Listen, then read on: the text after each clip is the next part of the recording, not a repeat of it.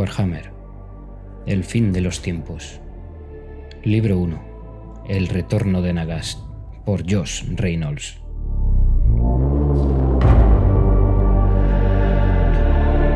Prólogo. Finales del verano de 2522. El mundo había muerto. Aún no se había enterado, pero esa era la cruda realidad. Y complacía al único que no consideraba eso un verdadero final. Por supuesto, todavía quedaban asuntos pendientes, deudas por pagar y redes por tejer o romper, pero el peso de lo inevitable había caído a lo largo y a lo ancho del entramado del mundo. El tiempo se agotaba y la bestia estaba acabando con todo. Unos dedos largos, dedos de erudito, acariciaban la turbia superficie de la sangre que llenaba el ancestral cuenco de bronce situado ante él. El cuenco estaba cubierto por la escritura afilada de un imperio desaparecido mucho tiempo atrás, y había pertenecido a otro erudito, perteneciente a un imperio aún más antiguo que la civilización que lo había creado. Ese erudito ahora era polvo, como también lo eran los dos imperios en cuestión, borrados de la historia a causa de un orgullo desmesurado y de traiciones a partes iguales.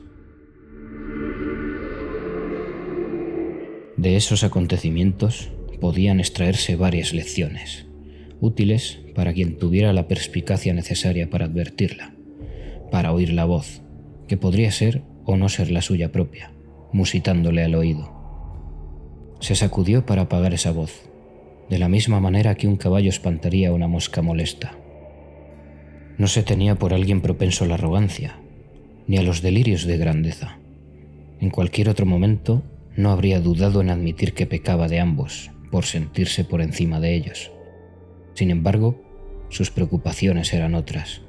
Con la confianza que le otorgaba su larga experiencia, no prestó la menor atención al leve murmullo que se colaba en sus pensamientos y que podía tomarse por risas de regocijo, y se inclinó sobre el cuenco, murmurando las palabras perceptivas con la entonación requerida. Tal vez el imperio Strigos hubiera desaparecido, y con él Morhaime, pero sus lenguas pervivían en ciertas ceremonias y ritos de hechicería. La sangre del cuenco se agitó, removida por los dedos del vidente, y su superficie se onduló como el lomo de un gato que demanda cariño. La opacidad del fluido desapareció, y comenzó a formarse una imagen como una sombra temblorosa sobre un lienzo extendido. Las imágenes que aparecían eran de todos los tiempos y de nunca, de cosas que habían existido, de cosas que existirían y de cosas que nunca existieron. El vidente deseaba saber más sobre los calamitosos acontecimientos que estaban asolando el mundo, acontecimientos cuyas consecuencias llegaban hasta su insignificante rincón del mundo. El mundo había muerto, pero él, con la ansiedad de un boyer, deseaba ver con sus propios ojos los golpes mortales que lo estaban destruyendo. La primera imagen que emergió de las profundidades del cuenco fue la de un cometa de 2 colas, que surcaba los cielos con un fulgor relumbrante, hendiendo la frágil barrera entre el mundo de los hombres y el que esperaba al otro lado mientras el astro completaba su curso predestinado. En su estela, la locura. Una tormenta de caos barrió el mundo, propagándose desde los polos a través de los territorios de los hombres, y de los que no eran hombres, de uno en uno. Nacían demonios que morían al instante, o desgarraban la membrana del mundo para sembrar el terror durante días o semanas. Ninguna lógica regía en lo que sucedía. Todo obedecía a los arrebatados caprichos de los dioses oscuros. El vidente contemplaba los acontecimientos con ojos fríos y calculadores, como un jugador astuto que estudia la jugada inicial de un viejo rival.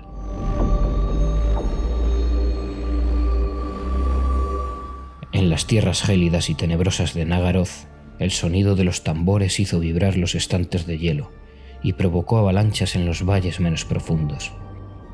Una vasta horda de hombres del norte, sobre cuya vanguardia se abatió la elegante figura carmesí de la preferida de Khorne, atravesaba el glaciar hierro congelado, Las fuerzas destruían a su paso las enormes torres de vigilancia, y las poderosas huestes enviadas contra ellos únicamente conseguían atizar su furia. Cuando Valkia exhortó a sus seguidores a dirigirse a las mismísimas murallas de obsidiana de Naggarond, el vidente agitó el contenido del cuenco, ansioso por ver lo que ocurriría a continuación. La imagen cambió y mostró los grandes muros de pálida piedra que se alzaban desde las exuberantes selvas de la lejana Lustria. Allí, en el corazón de las ruinas de Chautek, unas criaturas escamadas batallaban contra seres diabólicos. El resto de la jungla era pasto de las llamas, y las grandes ciudades templo habían quedado reducidas a ruinas, mientras todo un continente se tambaleaba y ardía. La pira en la que se había convertido Lustria brillaba con tal intensidad que el vidente se estremeció y tuvo que apartar la mirada. Cuando devolvió la vista al cuenco, la escena había cambiado. Rayos rojos que iluminaban el cielo y extrañas nieblas que cubrían las faldas de las montañas Anuli propagaban sin trabas el poder del caos. El territorio y sus habitantes sufrían espantosas transformaciones, todos salvo los elfos. Los muros de la realidad menguaban y se derrumbaban, y los demonios entraban en Ulthuan. Los bosques de Cracia ardían, los ríos de Kotik y de Lirion sufrían una virulenta contaminación. En el corazón de los reinos élficos, las grandes ciudades de Tordinal y Elysia sucumbían a los asaltos del caos y sus arrebatados demonios, que aplastaban las sitiadas tropas defensoras. Cuando los demonios se dirigían cacareando y cabriolando hacia una línea de batalla de los maestros de la espada de Saferi, un mago elfo reunió hasta la última pizca de poder a su alcance para repeler al enemigo, pero entonces la imagen se desbarató como si estuviera reflejada en una gotita de agua y apareció otra escena de guerra. A lo largo y a lo ancho de los claros y valles de Bretonia, caballeros caídos en desgracia y codiciosos nobles se reunían alrededor de los estandartes con serpientes de Malobaut, hijo ilegítimo de Lúen Leoncog y aspirante al trono de aquel territorio dividido. El vidente contempló cómo la nación se sumía en una cruenta guerra civil, y sus ojos se abrieron con sorpresa cuando vio que Malobaut derribaba a su padre en Quenelles, con la ayuda de una figura esquelética ataviada con una túnica negra y carmesí. Su cráneo, con unos dientes negros como el cielo nocturno, relumbró con energía maligna cuando echó hacia atrás la cabeza y profirió una carcajada de victoria al ver a Leoncog estrellarse contra el suelo, aparentemente asesinado por su propio hijo. Arcan el Negro estaba en Bretonia, y solo ese hecho hizo que el vidente se sintiese tentado de continuar mirando. Sin embargo, la imagen ya estaba difuminándose, de modo que no cedió a la tentación. Ya tendría tiempo más tarde para dedicarse a esa clase de investigaciones.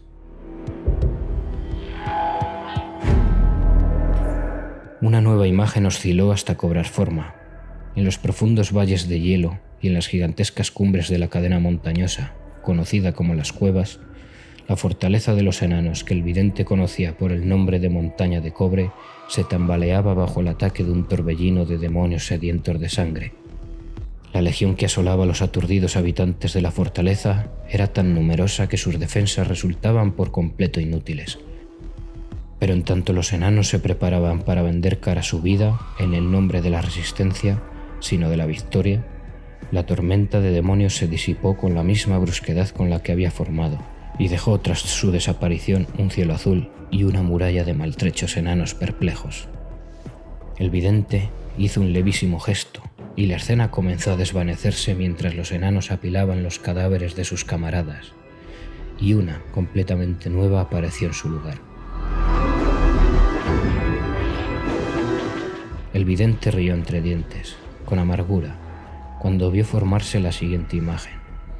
Otra fortaleza en las montañas, pero en esta ocasión no era de los enanos, ya no, por lo menos.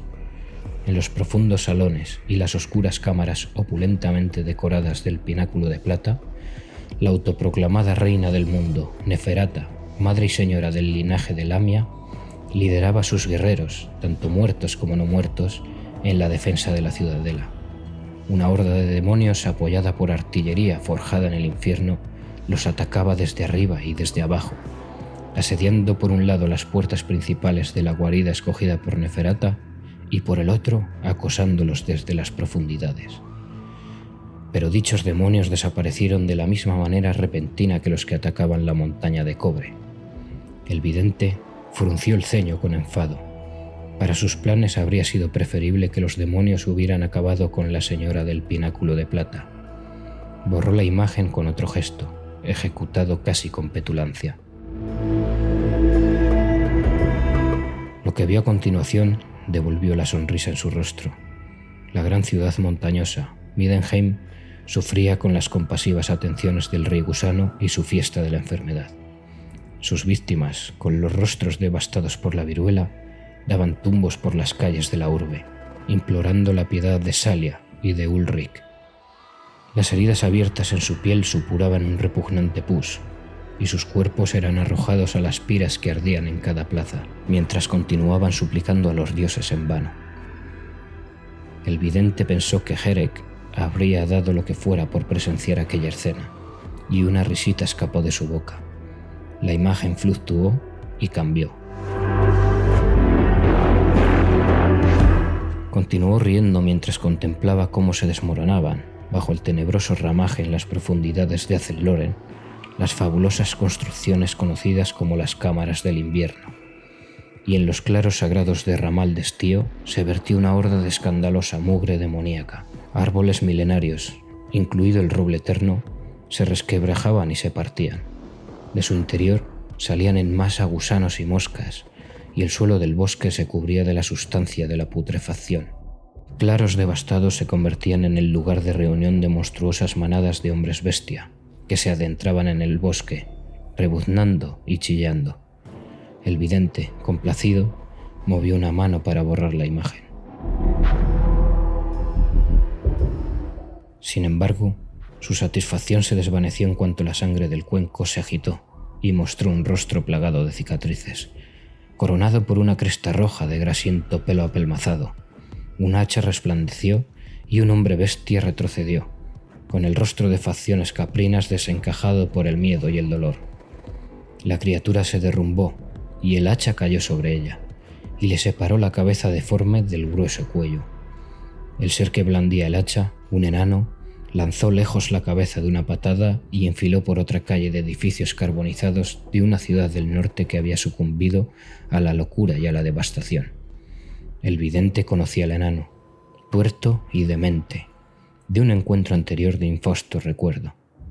La nieve se arremolinaba alrededor del enano mientras éste se abría paso por la ciudad a hachazo limpio, con su arma rúnica impregnada de la sangre de hombres bestia, trolls, bárbaros del norte y renegados que iban apilándose a su espalda. El vidente no vio ni rastro de su compañero humano y se preguntó si habría muerto. Esta idea lo complació infinitamente. La imagen se expandió siguiendo las andanzas del enano, y ante los ojos del vidente, las aguas del río Aber se tiñeron de sangre cuando de sus profundidades corrompidas emergieron en masa unos demonios aullantes que se desplegaron por Aberland, quemando y asesinando a toda criatura viva que encontraban a su paso. Como había ocurrido con el resto de las incursiones de demonios, la sangrante hueste se evaporó momentos antes de alcanzar la muralla de Aberheim. La ciudad de Aberheim se difuminaba en las oscuras entrañas de Dragwall. Los árboles eran arrancados de raíz y arrojados a ambos lados a medida que un auténtico colmillo de piedra, más alto que la más alta de las construcciones jamás concebidas por los humanos, emergía del suelo corrompido y se alzaba en línea recta por el suelo. Un relámpago, de origen sobrenatural, engalanaba la punta del monolito. Similares obeliscos deformes se alzaron por encima de los árboles del bosque de Arden y brotaron en las tierras heladas de la lejana Nagaroth, así como en el gran bosque y los sitiados claros de Azelloren. Algunos escupían llamas y otros exudaban contaminación, pero todos ellos palpitaban con una energía oscura. Los hombres bestias se congregaban en torno a ellos para llevar a cabo bulliciosos ritos, el peor de los cuales hacía que un hombre tan insensible a la crueldad como el vidente hiciera una muesca de asco. El vidente profirió una exclamación de repugnancia con los dientes apretados y agitó la sangre del cuenco con los dedos para no seguir viendo las actividades de las bestias y para conjurar otra imagen. Ante sus ojos apareció Null, arrasada por la violencia generada por las multitudes de fanáticos y de agoreros que llenaban sus calles, chillando y flagelándose. Las mansiones de los ricos sufrían saqueos y desdichados nobles morían colgados de una soga o destripados por la muchedumbre arrebatada. Incluso la condesa von Liebknecht fue arrancada de su tocador y llevada a rastras en medio de una tormenta de acusaciones que abarcaban desde el adulterio a la brujería. El vidente hundió un dedo en la sangre revuelta y borró el rostro desencajado de la condesa para sustituirlo por los territorios nevados de Kislev. Como en el caso de Naggarond, el suelo de Kislev temblaba con el paso de masas de hombres del norte que se dirigían hacia el sur. Todas las tierras al oeste de Volgasgrado estaban infestadas de demonios y de bárbaros. A lo largo del río Linik, la reina de hielo lideraba lo que quedaba de sus guerreros en consecutivas batallas con los invasores. En tanto la zarina cabalgaba a la cabeza de sus jinetes ungoles en la carga contra las estridentes hordas, el vidente removió el contenido del cuenco y trató de no hacer caso a la vocecita que le exigía con insistencia su atención. Estaba de nuevo en Bretonia. Una figura enfundada en una armadura verde se quitó el yelmo y dejó al descubierto las facciones de Giles el Bretón, fundador y rey de aquel reino, quien a su regreso, tras estar desaparecido durante algún tiempo, se proponía ahora recuperar el trono. El vidente rió y se preguntó qué pensarían de ellos Malobaut y Arkham. Se concentró en la sangre agitada y sustituyó la imagen del rey reaparecido por los ejércitos de Ostermark, Talabe Clan y Hochland, que colisionaban con una enfervorecida hueste que marchaba bajo el estandarte de la monstruosidad conocida como Village el Maldito, en los campos y las zanjas de asedio frente a las almenas del castillo von Rauken.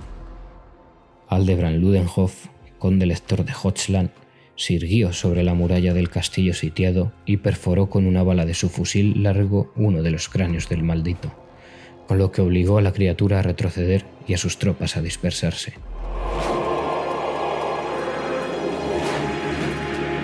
El vidente agitó una mano. Las imágenes se formaban ahora más rápidamente, y algunas aparecían y se desvanecían antes de que tuviera tiempo de mirarlas con detenimiento. Empezó a dolerle la cabeza a causa de la frecuencia y de la intensidad de las escenas reflejadas en el cuenco. Las hordas de los desiertos del norte no solo atacaban los territorios meridionales y occidentales, también se desplegaban hacia el este y cargaban por miles contra el gran bastión. Kazaks, Kuls y Kurgans acumulaban ingenios demoníacos y docenas de señores de la guerra y caudillos liberaban a sus guerreros contra las defensas del bastión. El humo que ascendía desde la batalla era visible desde lugares tan remotos como los reinos fronterizos. La imagen fluctuó y desapareció, antes de que el vidente pudiera ver si el bastión sucumbía finalmente. En los desecados territorios del sur, los muertos liberados de un imperio desaparecido mucho tiempo atrás se preparaban para perpetrar una invasión. Las cuadrigas de los reyes funerarios se dirigían hacia el oeste, en dirección a los califatos de Arabia. Los enanos cerraban a cal y canto sus fortalezas o se movilizaban para la guerra, mientras los cimientos del mundo se tambaleaban y volcanes que llegaban largo tiempo aletargados volvían a rugir y a escupir humo.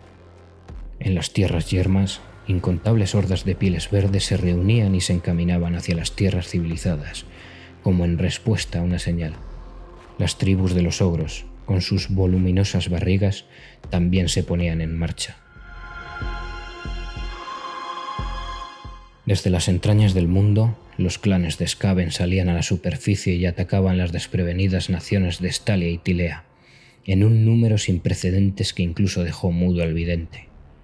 Las ciudades caían una detrás de otra, y los andrajosos estandartes de los clanes del imperio subterráneo se erguían en territorios que habían pertenecido a los hombres. El vidente movió una mano en el aire con inquietud, y agitó la sangre sin llegar a tocarla. Apareció una imagen que le resultaba familiar, y una siniestra sonrisa triunfal dejó al descubierto sus dientes. Un hombre anciano, vestido con la túnica y la armadura del gran teogonista del imperio, luchaba con una figura oscura y envuelta en la sombra. La sombra se retorcía y se transformaba en un hombre de nariz aguileña, noble y sin embargo con un aspecto feroz, los ojos como dos pozos carmesíes y la boca llena de colmillos. Luego adoptó la forma de un gigante, enfundado en una armadura como ninguna otra que haya vestido un hombre, rodeado por una inquietante llama verde. No había carne en las facciones del gigante, y su cráneo aparecía envuelto en hierro negro y bronce. Una mandíbula descarnada se abrió, y los huesos se dilataron y se articularon de un modo inverosímil cuando el gigante se metió en la boca el cuerpo del anciano y se lo tragó sin masticarlo. El vidente borró rápidamente esa imagen, antes de que los ojos del monstruo titán se volvieran hacia él. Entonces oyó una risita lejana y una voz.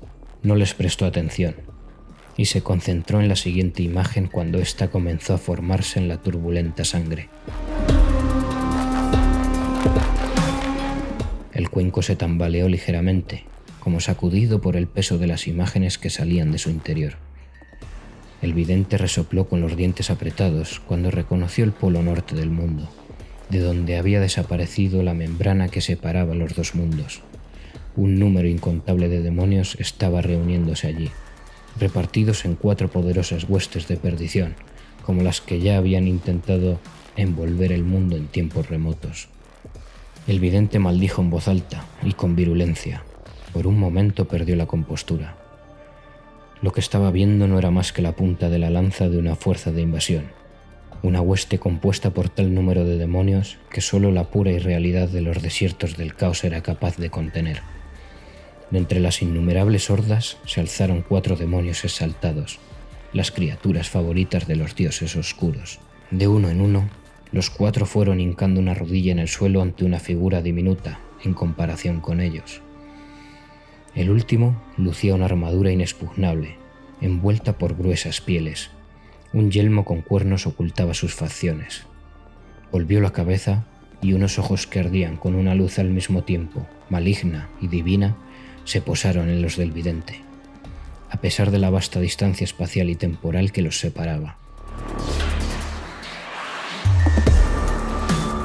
La sangre, contenida en el cuenco, comenzó a burbujear y a humear. Una fuerza de voluntad que incluso superaba la del vidente golpeó de repente a este con la fuerza de un martillo. Una voz que sonó como 7 truenos retumbó dentro de su cabeza cuando dijo: «Disfruta del momento, pues mi momento de gloria se acerca». El cuenco se hizo añicos y la sangre se filtró entre los dedos del vidente cuando los añicos se precipitaron al suelo de piedra. Unas figuras sin pelaje y con la piel gris, de las que colgaban los andrajos de lo que habían sido opulentas vestiduras, gatearon por el suelo, lamiendo la sangre derramada con voracidad, gimoteando y sorbiendo entre dientes. Esas degeneradas criaturas eran todo lo que quedaba de la orgullosa familia que había llamado hogar al castillo Sternieste. Ahora vestían una miscelánea de sus mejores galas recubiertas de mugre, y cabriolaban y chillaban mientras ejecutaban una grotesca parodia de bailes cortesanos para divertimento de su amo, o profanaban las sepulturas de sus antepasados en busca de comida. Manfred von Carstein se chupó la sangre de los dedos mientras contemplaba los fragmentos del cuenco. Echó un vistazo al cuerpo del que había extraído la sangre para llenarlo. El cadáver vestía la túnica de acólito de uno de los más importantes colegios de la magia. El Colegio Luminoso, supuso Manfred por el color. Había abierto la garganta del muchacho con sus propios dedos.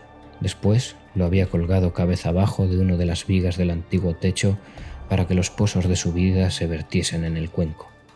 Pocos ingredientes había más efectivos para esa clase de conjuros de hechicería que la sangre de un mago. Los necrófagos lo miraban con expectación, gimoteando con ansia.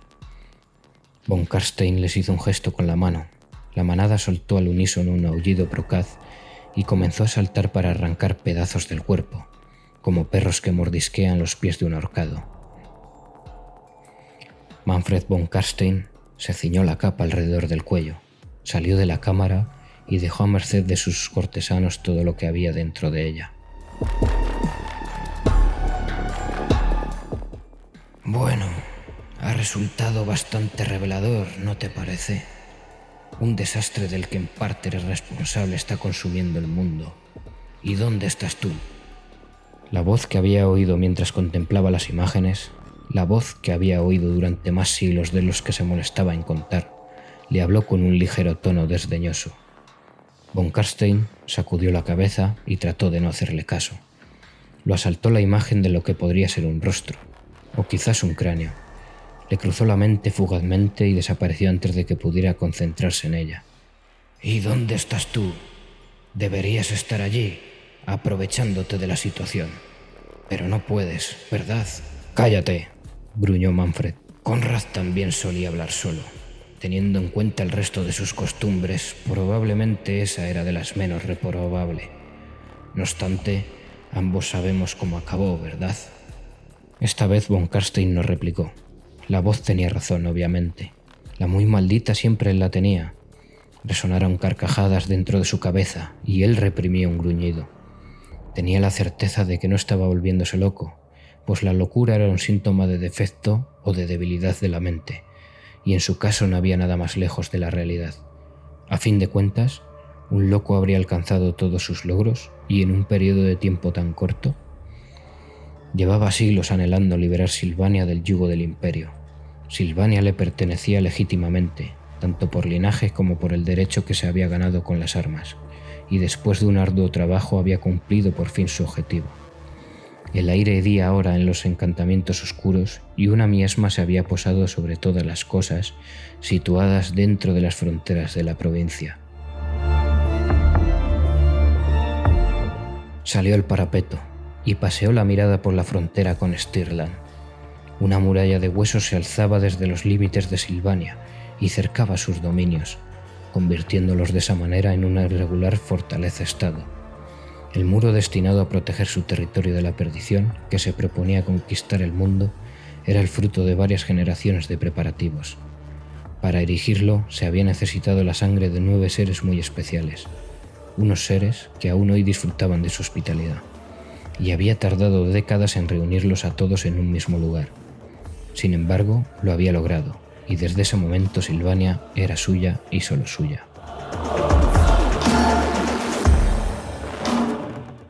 Así habla el tigre en su jaula, susurró la voz con tono de burla. Una vez más tenía razón. La muralla, pese a su aspecto imponente, no era lo único que rodeaba su feudo. Gelt, musitó. El nombre del archialquimista y supremo patriarca de los colegios de la magia se había convertido en una de las palabras favoritas de Manfred von Karstein a la hora de maldecir en los últimos meses, desde el cerco de Silvania. Mientras, él había estado enzarzado en una batalla contra la fuerza invasora liderada por Volmar el Sombrío, el gran teogonista. Llevando a cabo su propio plan, Gelt se había afanado en ejecutar un ritual equiparable al de Manfred. Al menos eso le habían asegurado sus espías.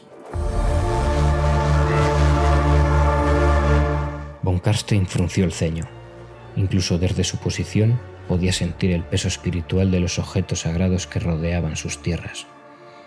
Durante los meses previos a la secesión de sus dominios, del cadáver en el que se había convertido el imperio de Karl Franz, había enviado las nutridas manadas de necrófagos que se hacinaban alrededor del castillo Esternieste a destruir todos los símbolos sagrados de los templos y camposantos de Silvania, que aún quedaran en la provincia.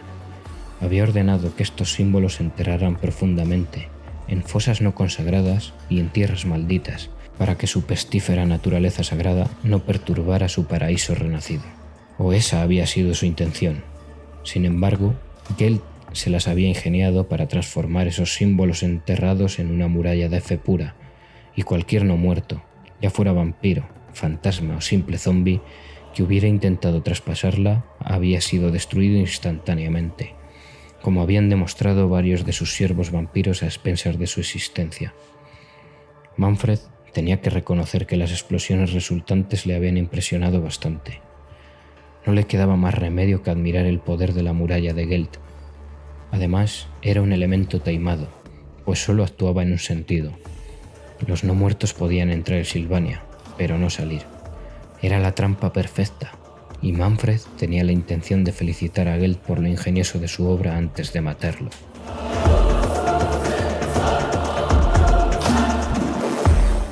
Durante los meses posteriores a su victoria aplastante contra el ejército de Volmar, Manfred había devorado hasta el último libro, tomo, grimorio y rollo de papiro que había caído en sus manos, buscando la manera de contrarrestar la obra de Gelt. Nada de lo que había probado había dado resultado. Jamás se le había pasado por la cabeza que una mente humana fuera capaz de concebir una muralla de fe tan sutil e inexpugnable, y sus continuos fracasos le corroían por dentro. Si bien era cierto que su deseo siempre había sido aislar Silvania, quería hacerlo de acuerdo con sus propias condiciones. Vivir enjaulado como una bestia salvaje era una afrenta que no podía permitir, y sin embargo, la jaula de hechicería de Gelt no era su único problema. En ciertos lugares de Silvania, que habían permanecido ocultos durante siglos, se habían abierto portales oscuros, y por ellos estaban entrando demonios en un número incontable. La distracción que le suponía mantenerlos vigilados le había impedido concentrarse en sus estudios. A raíz de la última de esas invasiones, Manfred había decidido averiguar qué estaba sucediendo en el resto del mundo. El joven acólito del Colegio Luminoso, con cuya sangre había llenado el cuenco de evidencia, había sido tomado prisionero, junto con una docena de soldados y caballeros y un puñado de díscolos sacerdotes, durante el intento de Volmar de purgar Silvania. El hecho de descubrir que Silvania no era el único lugar que estaba sufriendo las incursiones de los demonios no mitigaba su recelo. En realidad, solo había contribuido a aumentar la presión que sentía por desbaratar la muralla de Gelt y liberar Silvania. El mundo tenía un pie en la tumba, y por mucho que eso le complaciera, Manfred no estaba dispuesto a desaparecer con él. Aún tenía asuntos pendientes, todavía no había recopilado todas las herramientas que necesitaba, y para apoderarse de ellas debía poder traspasar los límites de sus dominios. ¿Herramientas para qué, muchacho?, le preguntó la voz. No se trataba de una voz cualquiera. Era inútil negarlo. Era la voz de Vlad. Manfred se inclinó desde el parapeto apoyándose en la piedra y cerró los ojos. Aún ahora, a pesar de los siglos que habían pasado, la sombra del grandioso y terrible Vlad von Carstein se proyectaba sobre Manfred y todo lo que hacía. Tanto los vivos como los muertos seguían pronunciando en voz baja el nombre de Vlad en los lugares tenebrosos y en los cementerios. Vlad había grabado su nombre en la piel del mundo, y la cicatriz aún era visible, incluso después de todo el tiempo que había transcurrido. Eso molestaba a Manfred a rabiar, y a pesar del regocijo que le había procurado participar en el derrocamiento de su progenitor, ese deleite había desaparecido bajo la ira que ahora sentía. Había odiado a Vlad, y lo había amado, lo había respetado y lo había despreciado, y había intentado salvarlo, a pesar de que había intrigado para destruirlo. Ahora, como castigo, convivía con la voz de Vlad. Había comenzado a oírla desde el mismo momento en que puso en marcha su gran obra, como si Vlad estuviera observándolo por encima del hombro, y con el paso de los meses su presencia se había vuelto más frecuente. En un primer momento había sido capaz de no prestarle atención, de hacer caso omiso a la sombra que percibía con el rabillo del ojo y del constante murmullo de una voz que le hablaba en el límite de lo audible.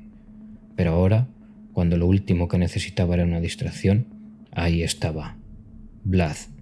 ¿Todavía piensas que eres tú quien ha diseñado la red que estás tejiendo, hijo mío?, musitó Vlad.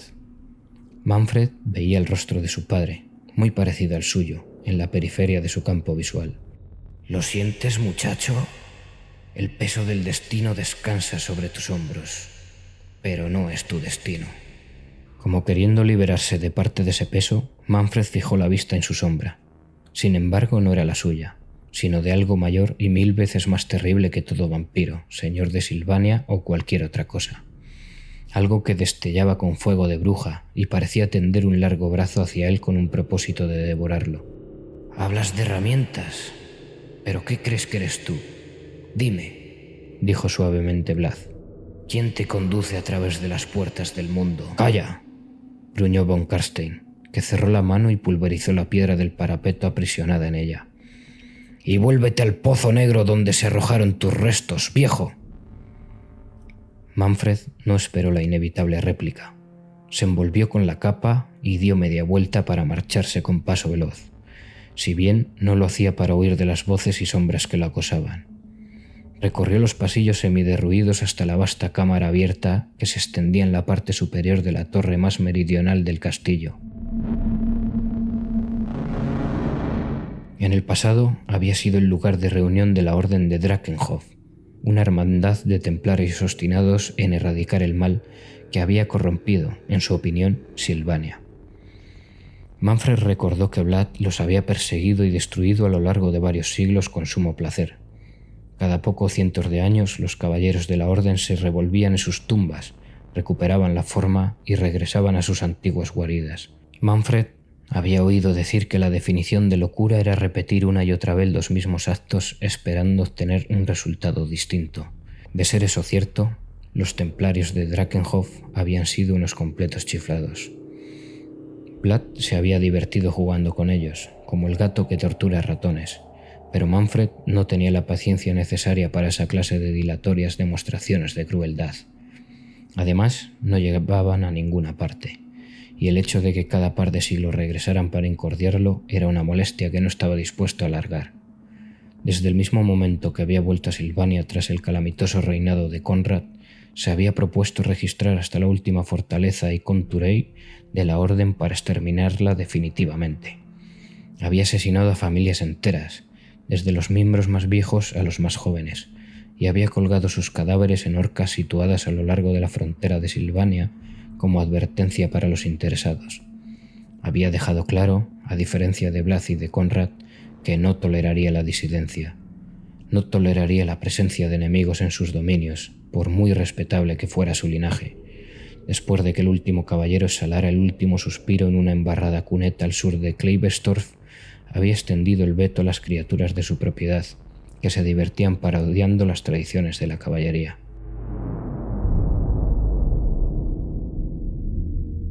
Ahora, en el lugar donde en el pasado se habían reunido los hombres para intercambiar pareceres sobre la limpieza de Silvania, Manfred almacenaba las herramientas, tanto las dotadas de vida como las otras, que le proporcionarían su definitivo e inevitable triunfo. Un necrófago, ataviado con los restos de una armadura y la librea de miliciano, yacía de rodillas junto a la entrada de la cámara, apoyado sobre una bisarma que había conocido tiempos mejores. El necrófago se sobresaltó cuando vio acercarse a Manfred y aulló cuando éste le hizo un gesto brusco. Se dirigió entonces con dificultad hacia la puerta de madera maciza para abrírsela a su señor. Mientras estaba empujando la puerta, algo salió disparado desde el interior de la cámara e impactó en la parte posterior de la cabeza del necrófago con un espeluznante crujido.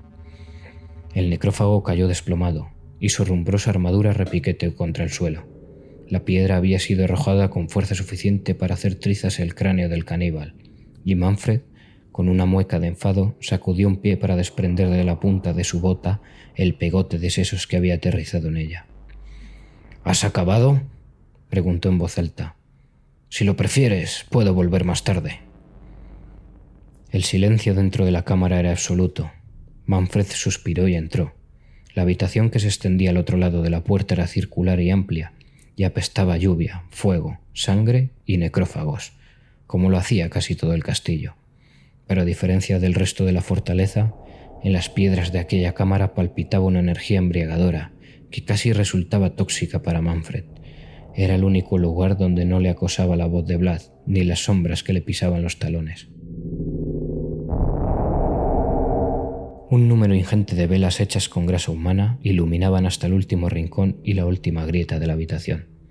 En el suelo había unos surcos dorados que trazaban el contorno aproximado de Silvania, y unos pesados atriles de piedra dispuestos en semicírculo, tallados con la forma de una garra demoníaca, señalaban la frontera septentrional de la provincia. En varios de esos atriles había unos gigantescos grimorios encadenados, cuyas páginas producían un rumor similar al susurro de fantasmas. En el centro de la estancia había un plinto, y encima de él un cojín confeccionado con piel y pelo humanos sobre el que descansaba la corona de la hechicería, Los ojos de Manfred percibieron sus destellos intermitentes, como si fuera un faro oscuro, y por enésima vez sintió el impulso de ceñírsela a la cabeza, como un enorme saurio hacía temblar los cimientos de su alma. La corona irradiaba una malévola presión hacia él, incluso estando inactiva. En ese momento se respiraba un aire de paz que von Karstein recibió con agrado. Conocía perfectamente la monstruosa inteligencia que aguardaba en el interior de la corona, de extrañas formas angulosas, y no albergaba ningún deseo de batirse en un duelo de voluntades con la espantosa conciencia. Al menos, de momento, hasta hubiera tomado las debidas precauciones. Se la había puesto brevemente a su regreso de Bargravia, y eso le había bastado para convencerse de que era más peligrosa de lo que parecía. Estaba tan absorto en la contemplación de la corona que no se volvió cuando otra piedra voló directamente hacia su cabeza. Atrapó el proyectil sin mirarlo, y lo hizo trizas. Abrió la mano tendida y dejó caer los diminutos fragmentos. «¡Déjalo ya!», espetó. Miró hacia las paredes que había detrás de los atriles de piedra, a las que estaban sujetos con grilletes sus 9 prisioneros, si bien en ese momento solo había 7. Faltaban 2. Manfred oyó el roce del metal contra la piedra y giró en redondo. Un hombre vestido con una armadura que había sido dorada, pero que ahora estaba abollada y cubierta de mugre seca, con la figura de la diosa de la guerra Mirmidia repujada, cargó contra él, agitando en el aire una cadena. El templario de la Orden del Sol llameante, bramando juramentos tileanos, dirigió la improvisada arma hacia el rostro de Manfred. El vampiro retrocedió instintivamente de un salto, y estuvo a punto de ser aplastado por un pesado atril de piedra con forma de garra de demonio que blandía un bruto vestido con pieles y un peto de armadura abollado con la imagen de un lobo rampante, el signo de Ulrich. Manfred lanzó por los aires al seguidor de Ulrich de un golpe con el dorso de una mano. Con la otra asió la cadena del devoto de Mirmidia, tiró de ella para traer hacia sí al caballero y la enrolló alrededor de su cuello. Lo tiró al suelo de una patada en las piernas y le plantó un pie entre los omóplatos. Se pasó las cadenas alrededor de las muñecas y tiró de ellas hacia arriba para estrangular al caballero. El miembro de la orden de Ulrich profirió un alarido desafiante, se abalanzó sobre von Karstein y le rodeó el pecho con sus fuertes brazos. Manfred lanzó un cabezazo hacia atrás y oyó con agrado el crujido de huesos partidos y el grito de dolor. Sin perder un instante, aplastó con el pie la crisma del caballero que tenía inmovilizado contra el suelo, que quedó inconsciente. Entonces se volvió para encararse con el seguidor de Ulrich. El hombretón avanzaba tambaleándose hacia él, sangrando por la nariz. Sus ojos ardían de ira y lanzó un rugido cuando cargó contra Manfred. El vampiro lo agarró por el cuello y lo alzó en el aire. El hombre trató de aporrear en vano el brazo de von Karstein mientras éste lo asfixiaba lentamente. Manfred dejó caer al suelo el cuerpo laxo y se volvió hacia el resto de las personas que se encontraban en la cámara. «Bueno, ha sido divertido. ¿Alguien más quiere probar?». 7 pares de ojos se lo quedaron mirando fijamente. Si las miradas mataran, pensó Manfred, el aire ya estaría lleno de sus cenizas. Les sostuvo la mirada hasta que todos bajaron los ojos. Satisfecho, sonrió y alzó la vista hacia el semiderruido techo abovedado de la torre, donde las vigas de madera se entrecruzaban como los hilos de una telaraña. Contempló el cielo y las estrellas a través de los agujeros en el techo, y lanzó un silbido estridente. Unas figuras enormes y encorvadas comenzaron a aparecer de entre las ruinas de madera y piedra. Las bestias eran 2, y ambas eran una espantosa mezcla de simio, lobo y murciélago. Manfred había oído decir una vez que el Bargeist era el verdadero aspecto del vampiro, desprovisto de toda pretensión de apariencia humana. Esos 2 eran conocidos como los demonios Schwagerhafen, un nombre más que acertado. Una de las bestias sujetaba con las garras algo rojo y húmedo que no dejó de mordisquear mientras miraba a von Karstein. Este les había ordenado expresamente que en ningún caso intervinieran en los intentos de fuga de los prisioneros.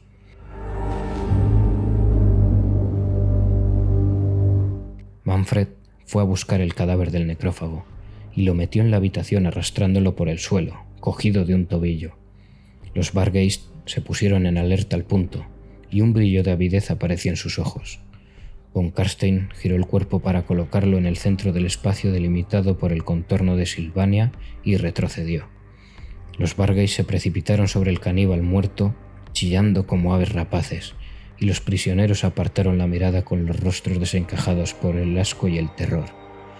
Manfred sonrió y se dedicó a encadenar a los dos hombres que se habían liberado de los grilletes. No lo asombraba que se hubieran soltado. No era la primera vez que intentaban escapar, ni sería la última. En realidad, deseaba que siguieran intentándolo y fracasando, hasta que la desesperación acabara con su valor y su voluntad. Solo entonces estarían preparados para el propósito que los aguardaba. Se volvió a mirar al único no humano entre los prisioneros. La princesa elfa evitó mirarlo a los ojos.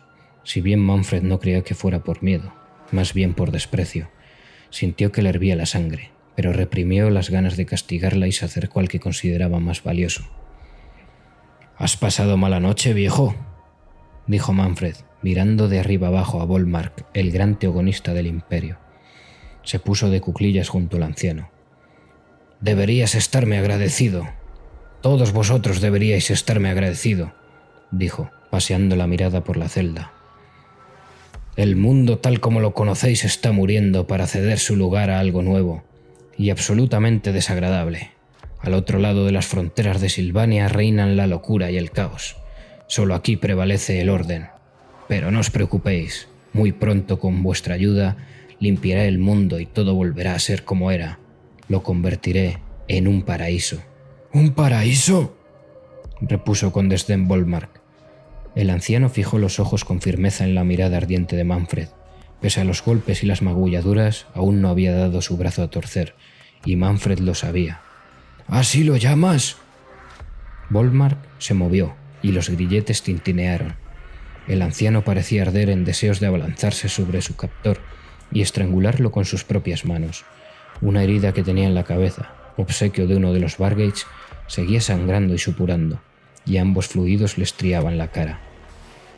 Manfred podía oler la enfermedad que se extendía por el organismo del gran teogonista y que lo debilitaba a pesar del poder sagrado que lo mantenía en pie. «Bueno, no he especificado para quién será el paraíso», replicó Manfred. Volvió a ponerse de pie lentamente y se envolvió con la capa. Bajó la mirada hacia la figura postrada de Volmark y una sonrisa cruel se dibujó en sus labios. «No sufras, viejo. Cuando mi nuevo mundo cobre forma, ni tú ni tus amigos estaréis vivos para verlo.